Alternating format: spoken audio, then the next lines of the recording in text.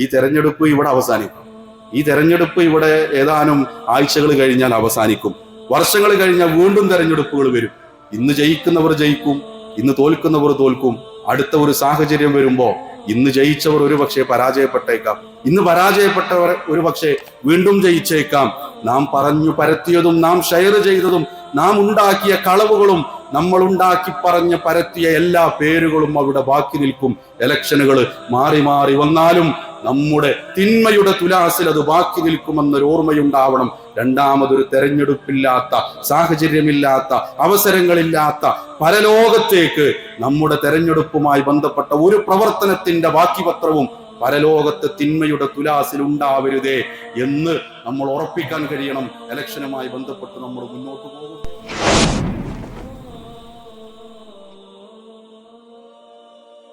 അബ്ദുല്ലാഹി ഇബ്നു മസ്ഊദ് റളിയല്ലാഹു അൻഹു സഹാബികളും പ്രവാചകൻ സല്ലല്ലാഹു അലൈഹി വസല്ലമയും കൂടി നിൽക്കുന്ന ഒരു സാഹചര്യത്തിൽ അവർക്കിടയിൽ നിന്ന് ഒരു മരത്തിലേക്ക് കയറുകയാണ്. അറാക്കിൻ്റെ ഒരു കഷ്ണം എടുക്കാൻ വേണ്ടി അദ്ദേഹം മരത്തിൻ്റെ മുകളിൽ ചില്ലയിൽ നിൽക്കെ ഒരു കാറ്റ് വീശുകയും അദ്ദേഹത്തിൻ്റെ കാലിൽ നിന്ന് അല്പം വസ്ത്രം വെളിവാകുകയും ചെയ്തു. ആ സമയത്ത് താഴെ നിൽക്കുന്ന സ്വഹാബികൾ ചിരിക്കുകയുണ്ടായി.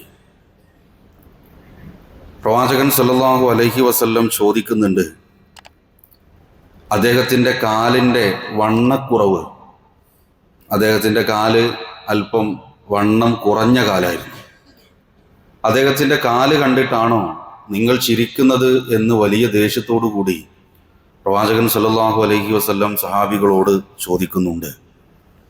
എന്നിട്ട് അവിടുന്ന് ചേർത്ത് പറയാൻ, വല്ലദീ നഫ്സി ബിയദിഹി ലഹുമ അസ്ഖലു ഫിൽ മീസാനി മിൻ ജബലി ഉഹുദിൻ, ആ രണ്ടു കാലുകൾ സ്വർഗത്തിൽ ഉഹുദ് പർവ്വതത്തേക്കാൾ ഭാരമുള്ളതായി എനിക്ക് കാണാൻ കഴിയുന്നു എന്ന് റസൂലുള്ളാഹി സ്വല്ലല്ലാഹു അലൈഹി വസല്ലം പറഞ്ഞു വെക്കുന്നത് സ്വഹീഹായ ഹദീസുകളിൽ നമുക്ക് കാണാൻ കഴിയും. ഇവിടെ അബ്ദുല്ലാഹി ഇബ്നു മസ്ഊദ് റളിയല്ലാഹു അൻഹുവിൻ്റെ ഒരു കാല്, വണ്ണം കുറഞ്ഞൊരു കാല് കാണുമ്പോൾ അദ്ദേഹത്തെ നൊമ്പരപ്പെടുത്തണമെന്നോ പ്രയാസപ്പെടുത്തണമെന്നോ അല്ലെങ്കിൽ മനസ്സിൽ ഒരിക്കൽ പോലും ഒരു കളിയാക്കലിൻ്റെ ഒരു അംശം പോലും ഇല്ലാതെ എങ്ങനെയോ സ്വാഭാവികമായി ഉണ്ടായ ഒരു ചിരി ആയിരുന്നിട്ട് പോലും പ്രവാചകൻ സല്ലല്ലാഹു അലൈഹി വസല്ലം ഗൗരവത്തോടു കൂടി അല്പം കർശനമായി തൻ്റെ പ്രിയപ്പെട്ട സ്വഹാബാക്കളെ ശാസിക്കുന്നതും ഉപദേശിക്കുന്നതും നമുക്ക് കാണാൻ കഴിയും. എന്തുകൊണ്ട് ഈ ഒരു ചരിത്രത്തെ, ഹദീസിനെ ആമുഖമായി പറഞ്ഞു വെച്ചു എന്നതിനാൽ നമ്മുടെ നാട് ഒരു തെരഞ്ഞെടുപ്പിൻ്റെ ചൂടിലാണ്. ആ തെരഞ്ഞെടുപ്പിൻ്റെ ചൂടിലൂടെ മുന്നോട്ട് പോകുമ്പോൾ ജനാധിപത്യ സംവിധാനം എന്നുള്ള നിലക്ക് അവിടെ വിയോജിപ്പുകൾ ഉണ്ടാവാം, പലരോടും പല പാർട്ടികളോടുമൊക്കെ വിയോജിപ്പുകൾ ഉണ്ടാവാം. എന്നാൽ ആ വിയോജിപ്പുകൾ വ്യക്തിഹത്യയിലേക്കും അവരെ പരിഹസിക്കുന്നതിലേക്കും അതേപോലെ തന്നെ പരദൂഷണം, നമീമത്ത്, ഈബത്തിലേക്കൊക്കെ എത്തി നിൽക്കുന്ന, കളവ് പറഞ്ഞ് നാവുകൊണ്ട് നരകം വാങ്ങുന്ന ഒരു സാഹചര്യം നമ്മുടെ മുന്നിൽ ഉണ്ട് എന്നതാണ്. അതുകൊണ്ട് തന്നെ ഒരു തെരഞ്ഞെടുപ്പിനെ മുന്നിൽ കാണുമ്പോൾ, അതല്ലെങ്കിൽ പോലും വിശ്വാസികളെ സംബന്ധിച്ചിടത്തോളം നാവിനെ നിയന്ത്രിക്കേണ്ടുന്ന, നാവ് കൊണ്ട് നരകം വാങ്ങുന്നവരുടെ കൂട്ടത്തിൽ ഒരിക്കലും ഞാനുണ്ടാകില്ല എന്നൊരു തീരുമാനം ഒരു വിശ്വാസി എടുക്കേണ്ടതുണ്ട്. കഴിഞ്ഞ ആഴ്ചയിൽ കളവുമായി ബന്ധപ്പെട്ട് സംസാരത്തിൽ ഉണ്ടായേക്കാവുന്ന അതീവ ഗുരുതര പാപമായ കളവ് പറയുക എന്നതിനെക്കുറിച്ച് നാം സൂചിപ്പിക്കുകയുണ്ടായി. ഇവിടെ നാവിനെ സൂക്ഷിക്കണമെന്ന് പറയുമ്പോൾ, നാവിനെ സംരക്ഷിക്കണമെന്ന് പറയുമ്പോൾ, നാവ് കൊണ്ട് ഒരാൾ നരകം വാങ്ങിയെടുത്തേക്കാം എന്നതിനെക്കുറിച്ച് നമ്മൾ ചർച്ച ചെയ്യുമ്പോൾ ഒരു തമാശയും നമ്മുടെ ജീവിതത്തിൽ ഉണ്ടാകാൻ പാടില്ല എന്നർത്ഥം അതിനില്ല. ഒരു വിശ്വാസി തമാശ കേട്ട് ചിരിക്കുന്നവനോ തമാശ പറയുന്നവനോ ഒന്നും ആകാൻ പാടില്ല. അവൻ സത്യം മാത്രം പറയുന്നു, അവൻ ചിരിക്കാതെ ആ ഗൗരവത്തോടു കൂടി നടക്കണം എന്നൊന്നുമല്ല അതിനർത്ഥം. തമാശ പറയാം, കളവുണ്ടാകാൻ പാടില്ല എന്ന് മാത്രം. പ്രവാചകൻ സല്ലല്ലാഹു അലൈഹി വസല്ലം അനസ് റളിയല്ലാഹു അൻഹുവിനെ ഒരിക്കൽ ഒരു പേര് വിളിക്കുന്നുണ്ട്. ആ പേരെന്തെന്നറിയോ? യാ ദൽ ഉദ്നൈൻ, ഇരു ചെവിയുള്ളവനെ, രണ്ട് ചെവിയുള്ളവനെ എന്ന് വിളിക്കുന്നുണ്ട്. അതിലൊരു കളവുമില്ല. അതൊരു പ്രവാചകൻ സല്ലല്ലാഹു അലൈഹി വസല്ലമയുടെ തമാശകൾ പഠിപ്പിക്കുന്നിടത്ത് വരുന്നൊരു ഹദീസാണ്. രണ്ട് കണ്ണുള്ളവനെ എന്ന് വിളിച്ചാൽ അതിലൊരു പരിഹാസമില്ല, അതിലൊരു കളിയാക്കലില്ല. അത് കേൾക്കുന്ന ഒരാൾക്ക് അതുകൊണ്ടൊരു പ്രയാസവും ഉണ്ടാകുന്നില്ല. എന്നാൽ അതൊരു തമാശയാണ് താനും. അലി റളിയല്ലാഹു അൻഹു പള്ളിയിൽ പ്രവാചകൻ സല്ലല്ലാഹു അലൈഹി വസല്ലമയുടെ പള്ളിയിൽ മണ്ണിൽ കിടക്കുന്ന ഒരവസ്ഥയുണ്ടാകുന്നുണ്ട്. അലി റളിയല്ലാഹു അൻഹുവിന്റെ ശരീരത്തിൽ മണ്ണ് പുരണ്ടിരിക്കുന്നുണ്ട്, തട്ടം നിലത്തേക്ക് വീണിട്ടുണ്ട്. പ്രവാചകൻ സല്ലല്ലാഹു അലൈഹി വസല്ലമ വന്നിട്ട് അലി റളിയല്ലാഹു അൻഹുവിനെ വിളിക്കുന്നത് അബാ തുറാബ് എന്നാണ്, മണ്ണിന്റെ പിതാവേ എന്നാണ്, മണ്ണിന്റെ വാപ്പ എന്ന് വിളിക്കുന്നുണ്ട്. അതിലും അലി റളിയല്ലാഹു അൻഹുവിന് ഒരു പ്രയാസം ഉണ്ടാകുന്നില്ല. അതിൽ മറ്റൊരാളെ നൊമ്പരപ്പെടുത്തുന്നതോ പ്രയാസപ്പെടുത്തുന്നതോ ബുദ്ധിമുട്ടാക്കുന്നതോ അവന്റെ മനസ്സിന് എന്തെങ്കിലും ഒരു ഭാരമുണ്ടാകുന്ന ഒരു ചർച്ചയോ അല്ലെങ്കിൽ ഒരു പ്രയോഗമോ അതിലില്ല. ഈ രൂപത്തിലൊക്കെ നമുക്ക് ആകാവുന്നതാണ്. അന്യനെ നോവിക്കാത്ത രസങ്ങൾ പറയാം, അന്യനെ പ്രയാസപ്പെടുത്താത്ത തമാശകൾ പറയാം, ആ തമാശകൾ ആസ്വദിക്കാം. ഇതിലൊന്നും ഒരു പ്രയാസവും ഇല്ല. പ്രവാചകൻ സല്ലല്ലാഹു അലൈഹി വസല്ലമയിൽ സ്വഹാബാക്കൾ ഇരിക്കുമ്പോൾ ജാഹിലിയ കാലഘട്ടത്തിലെ ചില കാര്യങ്ങളെ കുറിച്ചൊക്കെ പറഞ്ഞ് സ്വഹാബാക്കൾ ചിരിക്കാറുണ്ടായിരുന്നു. അത് കേട്ട് പ്രവാചകൻ സല്ലല്ലാഹു അലൈഹി വസല്ലം പുഞ്ചിരിക്കാറുണ്ടായിരുന്നു എന്ന ഹദീസുകൾ നമുക്ക് കാണാൻ കഴിയും. എന്നാൽ പലപ്പോഴും നമുക്കിടയിലോ നമ്മുടെ ചർച്ചകളിലോ പ്രത്യേകിച്ച് ഇലക്ഷനും തെരഞ്ഞെടുപ്പൊക്കെ വരുന്ന വേളയിൽ ഉണ്ടാകുന്ന പരിഹാസ ശരങ്ങൾ ഒരിക്കലും ഇതുമായി ബന്ധപ്പെടുത്താൻ കഴിയുന്നതല്ല. അത് അന്യനെ പ്രയാസപ്പെടുത്തുന്നതാണ്. അവനിലുണ്ടെങ്കിൽ പോലും അത് എടുത്തു പറയുമ്പോൾ അവന് പ്രയാസമുണ്ടാക്കുന്നതാണ്.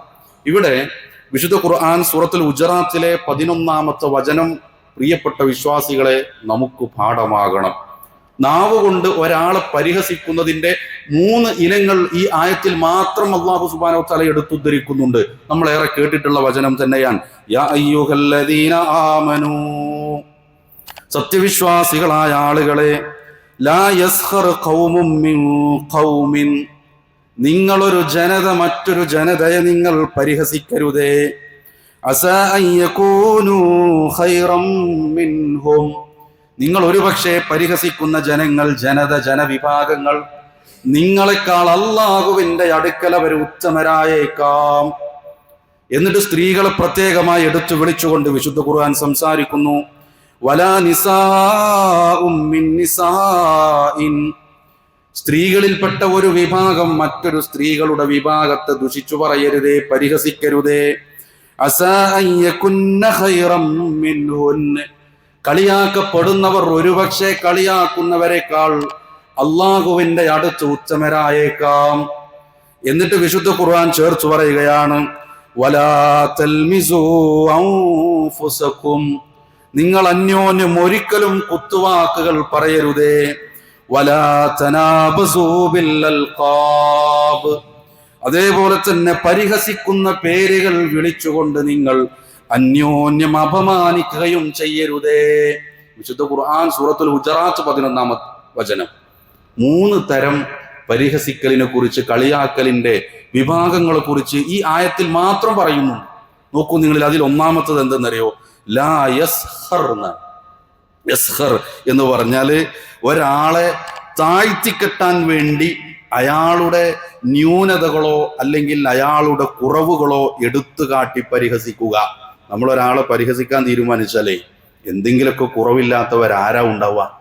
അയാളുടെ കുറവുകളോ അയാളുടെ ജീവിതത്തിൽ മുമ്പ് സംഭവിച്ചതോ അല്ലെങ്കിൽ നിലവിലുള്ളതോ ആയ ന്യൂനതകളെ എടുത്തു പറഞ്ഞ് അയാളെ പരിഹസിക്കുന്നതിനാണ് അസ്സുഖ്രിയത്ത് എന്ന് പറയാ. ഇത് വിശുദ്ധ ഖുർആൻ അവിടെ സംസാരിച്ചു. ലാ യസ്ഖർ. 2-ാമതായിട്ട് അതേ ആയത്തിൽ വരുന്ന വലാ തൽമിസു അൻഫുസകും, നിങ്ങൾ നിങ്ങളെ തന്നെ അല്ലെങ്കിൽ നിങ്ങൾ പരസ്പരം കുത്തുവാക്കുകൾ പറയരുതേ. വാക്കുകൾ കൊണ്ട് നോവിക്കും, ഒരുപക്ഷെ ആയുധം കൊണ്ട് നോവിക്കുന്നതിനേക്കാൾ നൊമ്പരം ഒരുപക്ഷെ നമ്മളെ കളിയാക്കിയ, നമ്മെ പരിഹസിച്ച ആളുകൾക്കിടയിൽ നിന്ന് നമ്മോട് എന്തോ പറഞ്ഞത് ഇന്നും ഒരു നോവായി ഒരുപക്ഷെ ഹൃദയത്തിൽ ഉണ്ടാവാം. വാക്കുകൾക്ക് ആയുധങ്ങളെക്കാൾ മൂർച്ചയുണ്ടാവും. കുത്തുവാക്കുകൾ പറയരുതേ എന്ന് വിശുദ്ധ ഖുർആൻ ഓർമ്മപ്പെടുത്തുന്നുണ്ട്. അവിടെ വലാ തനാബസൂ ബിൽ അൽഖാബ്. 3-ാമതായിട്ട് പറയുന്നത് എന്തറിയോ? ഒരാൾക്ക് ഇഷ്ടമില്ലാത്ത പരിഹസിക്കുന്ന പേരുകൾ വിളിക്കരുതേ. പരിഹസിക്കുന്ന പേരുകൾ വിളിച്ചു പോകരുതേ.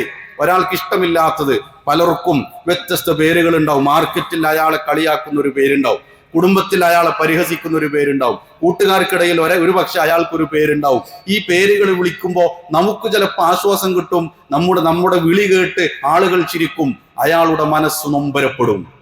വിശുദ്ധ ഖുർആൻ ആഹ്വാനം ചെയ്യാൻ അരുതേ. യാ അയ്യുഹല്ലദീന ആമനൂ, ഒരിക്കലും ഉണ്ടാകരുതേ. എന്നാൽ സമാനമായി നമ്മൾ ഇതിന്റെ കൂടെ ചേർത്ത് മനസ്സിലാക്കേണ്ടത്, ചില ആളുകൾക്ക് വിളിപ്പേരുകൾ ഉണ്ടാവും. അത് ചെറുപ്പം മുതലേ വിളിച്ചു വരുന്ന പേരുകളാവും. അതല്ലെങ്കിൽ പിന്നീട് എപ്പോഴോ അയാൾക്ക് കിട്ടിയ പേരുകളാവാം. അത് ചിലപ്പോൾ അയാൾക്ക് അതുകൊണ്ടൊരു പ്രശ്നവും ഉണ്ടാവില്ല. അത് അയാളുടെ സ്ഥലപ്പേരുമായി ചേർത്ത് പറയുന്നതാവാം, അല്ലെങ്കിൽ ചില ഷോർട്ട് നെയിമുകളാവാം, ചില ഇംഗ്ലീഷ് അക്ഷരങ്ങൾ വെച്ചിട്ടുള്ള ഷോർട്ട് നെയിമുകളാവാം. ഇത് അയാൾക്കൊരു പ്രയാസമില്ലെങ്കിൽ ആകാവുന്നതാണ്. അയാൾക്ക് പ്രയാസമുണ്ടാകുന്നുണ്ടോ ഇല്ലേ എന്നതാണ് അതിലെ പ്രധാനം. അത് ഇതിന്റെ കൂടെ നമ്മൾ ചേർത്ത് മനസ്സിലാക്കണം. അതേപോലെ തന്നെ സൂറത്തുൽ ഹുമസ, നമുക്ക് എല്ലാവർക്കും അറിയാവുന്ന വിശുദ്ധ ഖുർആനിലെ ആ സൂറത്തുൽ ഹുമസ ആരംഭിക്കുന്നത് വൈലുൽ ലികുല്ലി ഹുമസത്തിൽ ലുമസ, കുത്തി പറയുന്നവനും അതേപോലെ തന്നെ അവഹേളിക്കുന്നവനുമായ എല്ലാവർക്കും വൈലുൻ, നാശമാകുന്നു. രണ്ട് കാര്യങ്ങളാണ് അതിൽ പറഞ്ഞത്. ഒന്ന് ഹുമസ, ഒന്ന് ലുമസ. ലുമസ് നമ്മൾ തൊട്ടു മുന്നേ നമ്മൾ സംസാരിച്ചു. വലാ തൽമിസൂ, കുത്തുവാക്കുകൾ പറയാം. എന്നാൽ ഹുമസ എന്നാൽ നാവ് കൊണ്ട് പറയണമെന്നില്ല. തഫ്സീറുകൾ പരിശോധിക്കുമ്പോൾ കാണാൻ കഴിയും, കണ്ണുകൊണ്ടൊരാളെ പരിഹസിക്കാൻ കഴിയും, മുഖം ചുളിച്ചുകൊണ്ട് ഒരാളെ പരിഹസിക്കാൻ കഴിയും, കൈകൊണ്ട് ആംഗ്യം കാണിച്ചുകൊണ്ട് ഒരാളെ പരിഹസിക്കാൻ കഴിയും. ഈ പരിഹാസം പോലും ഉണ്ടാകരുതേ എന്ന് വിശുദ്ധ ഖുർആൻ ഓർമ്മപ്പെടുത്തുമ്പോൾ, സമകാലിക സാഹചര്യങ്ങളിലൂടെ നമ്മൾ ഇടപെടുമ്പോൾ, മാർക്കറ്റിലെ ചർച്ചകളിൽ, അങ്ങാടി ചർച്ചകളിൽ, ആളുകൾ കൂടി നിൽക്കുമ്പോഴുള്ള ചർച്ചകളിൽ കടന്നു വരുന്നുണ്ടോ ഇത്തരം പരിഹാസങ്ങൾ എന്ന് നമ്മുടെ ഹൃദയത്തോട് പ്രിയപ്പെട്ടവരെ ചോദിച്ചു നോക്കേണ്ടതുണ്ട് എന്നാണ്. സുബ്ഹാനല്ലാഹ്, എത്ര ഗൗരവമുള്ള വിഷയം എന്നാലോചിച്ചു. ഒരായത്തിൽ 3 പരിഹാസത്തിന്റെ ഇനങ്ങളെ കുറിച്ച് പറയാം. അതേപോലെ തന്നെ സൂറത്തുൽ ഹുമസയിൽ നാവ് കൊണ്ട് ഉച്ചരിക്കാതെ തന്നെ കണ്ണുകൊണ്ടൊരാളെ നിസാരമാക്കി കളയുന്നത് പോലും നാശമെന്ന് വിശുദ്ധ ഖുർആൻ സംസാരിച്ചിട്ടുള്ള വിഷയമാണ്. അതേപോലെ തന്നെ നമ്മൾ മനസ്സിലാക്കേണ്ടത്, ഒരു ജനാധിപത്യ പ്രക്രിയ എന്ന് പറയുമ്പോൾ സ്വാഭാവികമായിട്ടും അവിടെ വിമർശനങ്ങൾ വേണ്ടി വന്നേക്കാം. സ്വാഭാവികമായിട്ടും വിമർശനങ്ങൾ ഉണ്ടാവും. ആ വിമർശനങ്ങൾ ഉണ്ടാകാം. പക്ഷെ അവിടെ നസീഹത്തുണ്ടാകണം, ഗുണകാംക്ഷയുണ്ടാവണം. ഗുണകാംക്ഷ നമ്മുടെ ഹൃദയത്തിൽ ഉണ്ടാവും. എന്തേ അയാള് പാടില്ല, അയാൾ അധികാരത്തിൽ വരാൻ പാടില്ല എന്ന് പറയുന്നു, അതിനൊരു ഗുണകാംക്ഷ ഉണ്ടാവണം എന്നാണ്. അത് ആ മനുഷ്യനെ വ്യക്തിഹത്യ നടത്താനോ അതല്ലെങ്കിൽ പരദൂഷണമോ ആകരുത് എന്നാണ്.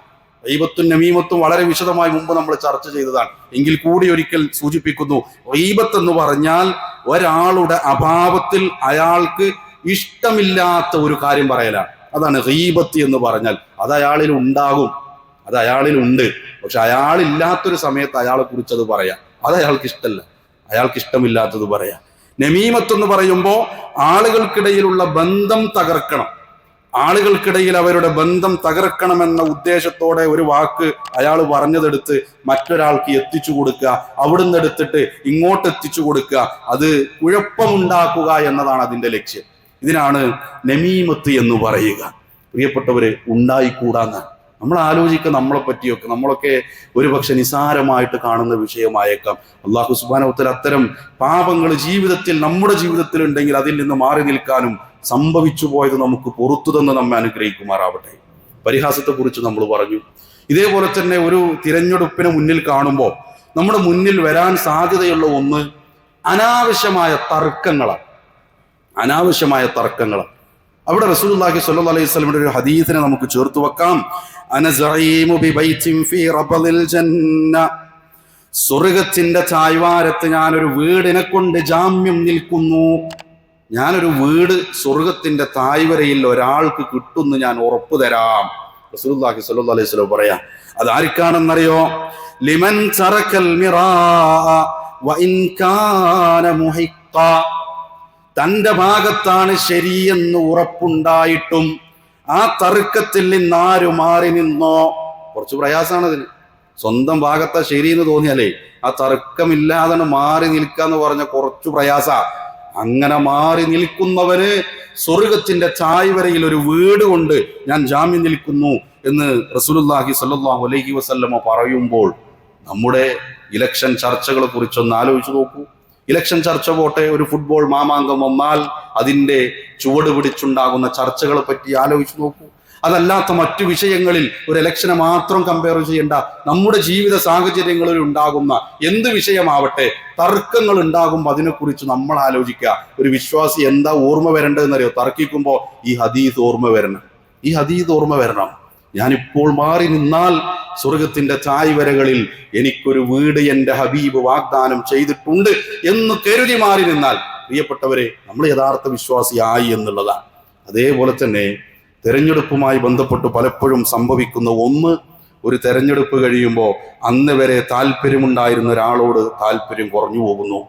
ഇണക്കമുണ്ടായിരുന്ന പലരും പിണങ്ങിപ്പോകുന്നു. അത് എത്രത്തോളം എന്ന് വെച്ചാൽ രാഷ്ട്രീയ കൊലപാതകങ്ങളിൽ വരെ എത്തി നിൽക്കുന്നു. തെരഞ്ഞെടുപ്പുകൾക്ക് ശേഷം കൊലപാതകങ്ങൾ ഉണ്ടാകുന്നു, ബന്ധങ്ങളിൽ വിള്ളലുകൾ ഉണ്ടാകുന്നു, ഒരേ വീട്ടിലുള്ള ആളുകൾ പരസ്പരം തെറ്റുന്നവരായി മാറുന്നു, വാപ്പയും മകനും പിണക്കമുള്ളവരായി മാറുന്നു. കൂട്ടുകാരായിരുന്നവർ ഇലക്ഷനുമായി ബന്ധപ്പെട്ട ചില ചർച്ചകളിൽ അല്ലെങ്കിൽ ആ ഒരു ഇലക്ഷൻ കഴിയുമ്പോഴേക്ക് അവർ പിരിഞ്ഞു പോകുന്നു. എന്നാൽ എന്തിന്റെ പേരിലാന്ന് ആലോചിച്ചു. കേവലം ചില വർഷങ്ങൾ മാത്രം നീണ്ടു നിൽക്കുന്ന അധികാരത്തിന്റെ പേരിൽ പരലോകം നഷ്ടപ്പെടുത്തുന്നവരായി പ്രിയപ്പെട്ടവരെ നമ്മൾ ഉണ്ടാകാൻ പാടില്ല. പ്രവാചകൻ സല്ലല്ലാഹു അലൈഹി വസല്ലമയുടെ ഹദീസ് ഉണ്ട്, എല്ലാ തിങ്കളാഴ്ചയും വ്യാഴാഴ്ചയും സ്വർഗത്തിന്റെ കവാടങ്ങൾ തുറക്കപ്പെടും. എന്നിട്ടോ ഫയഗ്ഫറു ലികുല്ലി അബ്ദിൻ ലാ യുശ്രിക് ബില്ലാഹി ശൈആ, അല്ലാഹുവിൽ പങ്കുചേർക്കാത്ത എല്ലാ അടിമകൾക്കും പുറത്തു കൊടുക്കും. ഇല്ലാ റജുലൻ, ഒരാൾക്ക് അവിടെ പൊറുക്കൽ ഉണ്ടാവൂല, അയാൾക്ക് പുറത്തു കിട്ടൂല. എന്തേ കാരണം എന്നറിയോ? കാനത് ബൈനഹു വബൈന അഖീഹി ശഹ്നാ, അവനും അവന്റെ കൂട്ടുകാരനും തമ്മിൽ പിണക്കത്തിലാണ്. എന്താ വിഷയം? ഇലക്ഷനുമായി ബന്ധപ്പെട്ട എന്തോ വിഷയം. ഒരു ഇലക്ഷന്റെ വിഷയം മാത്രം ആലോചിക്കേണ്ട, ജീവിതത്തിൽ പിണക്കങ്ങൾ ഉണ്ടാകാൻ സാധ്യതയുള്ളതെല്ലാം ചേർത്ത് വെച്ചോളൂ. കച്ചവടത്തിന്റെ വിഷയത്തിൽ പിണങ്ങി നിൽക്കുന്നവർ, മകളുടെ വിവാഹത്തിന്റെ വിഷയത്തിൽ ആ കല്യാണത്തിന് വിളിച്ചില്ലെന്ന് പറഞ്ഞ് പിണങ്ങി നിൽക്കുന്നവർ, മറ്റെന്തൊക്കെയോ കാരണങ്ങളാൽ പിണങ്ങി നിൽക്കുന്നവരുണ്ട്. പാപമോചനം ഉണ്ടാവൂല എന്നാണ്. പാപമോചനം കിട്ടിയില്ലെങ്കിൽ പിന്നെന്തു പ്രവർത്തനമാണ്, പിന്നെന്തു നേട്ടമാണ് ദുനിയാവിൽ നമുക്ക് നേടിയെടുക്കാൻ കഴിയുന്നത്? ആ മനുഷ്യരെ കുറിച്ച് പറയപ്പെടും. എന്തു പറയപ്പെടുമെന്നറിയോ? അൻദിറു ഹാദൈൻ, ഈ രണ്ടുപേരെയും വെയിറ്റ് ചെയ്തോ. അള്ളാഹുവിന്റെ മലായിക്കത്തുകളോട് പറയപ്പെടും. ഹത്താ യസ്തലിഹാ, അവരെന്ന് നന്നാകുന്നുവോ അതുവരെ വെയിറ്റ് ചെയ്തോ, പാവങ്ങൾ പൊറുത്തതായിട്ട് രേഖപ്പെടുത്തണ്ട കേട്ടോ എന്ന് പറയപ്പെടുമെന്നാണ്. പ്രിയപ്പെട്ടവരെ, നമുക്ക് നിസാരമായി തോന്നുന്ന പലതും എത്ര ഗൗരവമായിട്ടാണ് വിശുദ്ധ ദീനുൽ ഇസ്ലാം ചർച്ച ചെയ്യുന്നത് എന്ന് നമ്മൾ മനസ്സിലാക്കേണ്ടതുണ്ട്. അതേപോലെ തന്നെ ഒരു വിശേഷിച്ചും തെരഞ്ഞെടുപ്പുമായി ബന്ധപ്പെട്ട് വരുമ്പോഴൊക്കെ ദീനിന്റെ വിഷയത്തിൽ ചില അഡ്ജസ്റ്റ്മെന്റുകൾ ഉണ്ടാവാറുണ്ട്. അതിപ്പോ എല്ലാ നിലക്കും ഒന്നും നടക്കൂലല്ലോ, എലക്ഷൻ ആവുമ്പോൾ കുറച്ചൊക്കെ അതിൽ അഡ്ജസ്റ്റ്മെന്റ് വരുത്താം എന്ന് ചിന്തിക്കുന്നവരുണ്ട്. ഇല്ല പ്രിയപ്പെട്ടവരെ, നമ്മളതിൽ മനസ്സിലാക്കേണ്ടത്, ഇലക്ഷനുമായി ബന്ധപ്പെട്ട് ഞാൻ പ്രവർത്തിക്കുമ്പോൾ അല്ലെങ്കിൽ ഞാനൊരു മെമ്പറായി നിൽക്കുമ്പോൾ, ഞാനൊരു പ്രവർത്തകനായി പോകുമ്പോൾ അതിൽ എൻ്റെ നമസ്കാരത്തിന് ഭംഗം വരുന്നില്ല. ഏറ്റവും ചുരുങ്ങിയത് എൻ്റെ നമസ്കാരം നഷ്ടപ്പെട്ടു പോകുന്നില്ല.